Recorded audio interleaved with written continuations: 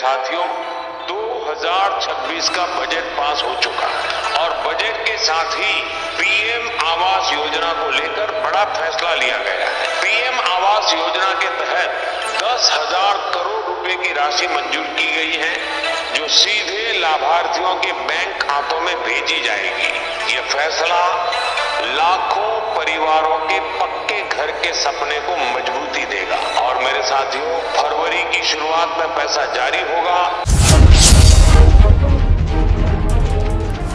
दोस्तों, सन 2026 का केंद्रीय बजट पास हो चुका है और पीएम आवास योजना के लिए सरकार ने 100 करोड़ की राशि मंजूर कर दी गई है।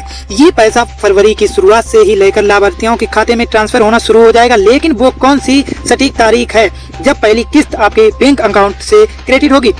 इस तारीख को जानने के लिए वीडियो को अंत तक जरूर देखिए, क्योंकि मैंने तारीख का खुलासा वीडियो के बिल्कुल आखिरी हिस्से में किया है। सीधा ही सन 2026 की बिल्कुल नई वेरिफिकेशन लिस्ट भी जारी कर दी गई है और हमारे पास वो पूरी लिस्ट मौजूद है। अगर आप उस लिस्ट में अपना नाम चेक करना चाहते हैं तो अभी नीचे कमेंट बॉक्स में अपना नाम और अपने गांव का नाम लिख दीजिए। हमारी टीम आपको 24 घंटे के अंदर रिप्लाई करके आपका स्टेटस बता देगी। अब विस्तार से समझते हैं कि इस बार बजट में क्या खास है। सरकार ने इस बार ग्रामीण इलाकों के लिए विशेष फंड इनवाइट किया है, क्योंकि सन 2025 में बहुत से सर्व अधूरे रह गए थे, मगर आपका नाम पिछली लिस्ट में कट गया था, तो इस बार वेरिफिकेशन का मौका दिया गया है। फरवरी के पहले हफ्ते में ही सभी ग्राम पंचायतों के विशेष कैंप लगाए जाएंगे। इन कैंपों का मकसद उन लोगों की पहचान करना है जिनका पक्का मकान अभी तक नहीं बना है। अगर आपके पास पहले से पक्का मकान है या गाड़ी है तो आपका नाम लिस्ट से हटाया जा सकता है।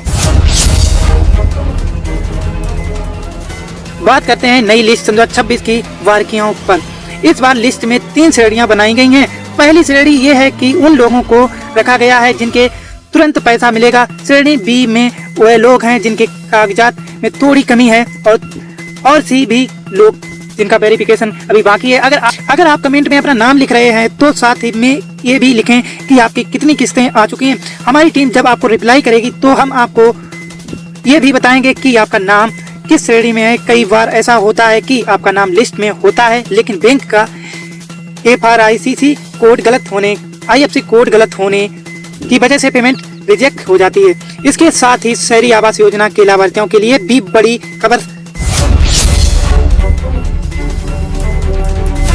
शहरों में फ्लैट बनाने के लिए जो सब्सिडी मिलती थी उसे सन 2026 में बढ़ाकर अब और भी सरल दिया गया है। अगर आपकी सालाना आय 3 लाख से 6 लाख के बीच है तो आपको ब्याज पर 4% तक की भारी छूट मिलेगी। जिन लोगों ने अभी तक आवेदन नहीं किया है वो PMY अवर्नर की आधिकारिक वेबसाइट पर जाकर नया फॉर्म भर सकते हैं। यदि याद रखें, फॉर्म भरते समय आप अपना मोबाइल नंबर वही दें जो आपके आधार कार्ड से लिंक है। पात्रता के शर्तों पर चार्ज कर रहे हो तो आपके घर में कोई सरकारी नौकरी या आपकी कोई मानसिक आय 15,000 से ज्यादा या आपके पास 2.5 एकड़ से ज्यादा संचित भूमि है तो आप इस योजना का पात्र नहीं होंगे। इस सरकार बार सैटेलाइट मैनेजर का उपयोग कर रहे हैं ताकि बेबस सही और गरीब लोगों को ही घर मिले।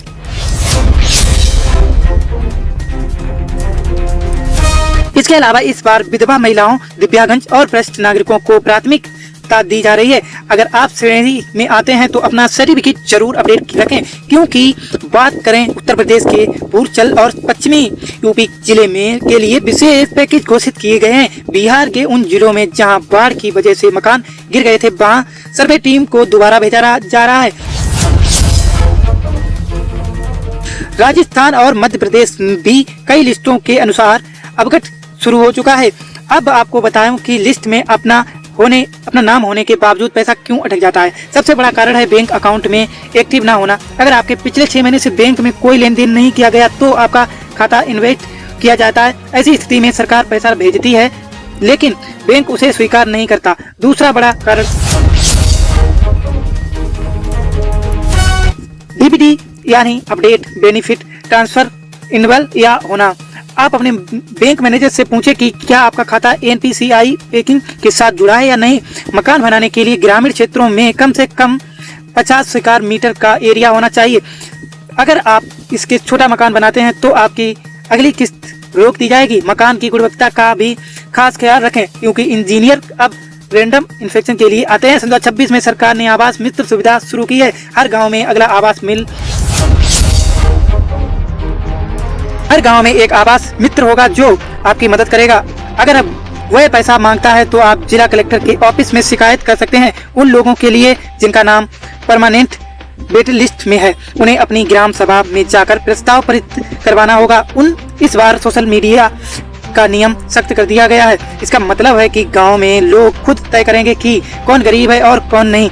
अब बात करते हैं निर्माण के खर्चे की। मैदानी इलाकों में 1,20,000 और पहाड़ी क्षेत्रों में 1,30,000 मिलते हैं। इसके अलावा मनरेगा के तहत 90 से 95 दिनों की मंजूरी का पैसा यानी करीब 25,000 अलग से मिलते हैं। शौचालय के लिए स्वच्छ भारत मिशन की तरह 12,000 दिए जाते हैं। दस्तावेजों में अगर आपके आधार और बैंक खाते के नाम से सिम मैच है तो उसे तुरंत सुधारें। जमीन का मालिकाना हक यानी पट्टा होना बहुत जरूरी है। अगर आपकी जमीन पर कोई विवाद है तो उसे तुरंत सुलझा लें। सरकार इस बार ड्रोन सर्वे के जरिए आपकी जमीन की पैमाइशी कर रही है। भ्रष्टाचार को रोकने के लिए फेसलेस वेरिफिकेशन शुरू किया है, जिसका मतलब है कि दूसरे जिले के अधिकारी आपकी जांच करेंगे। अब समय आ गया है उस सबसे महत्वपूर्ण जानकारी का जिसका आप इंतजार कर रहे थे।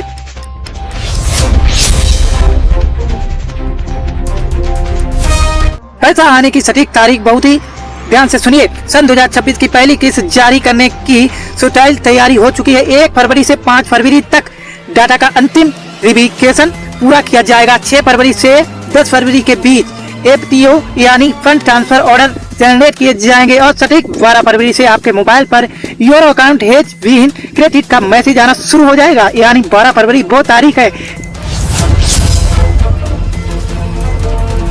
जब करोड़ों लोगों के बैंक खाते में एक साथ पैसा ट्रांसफर किया जाएगा।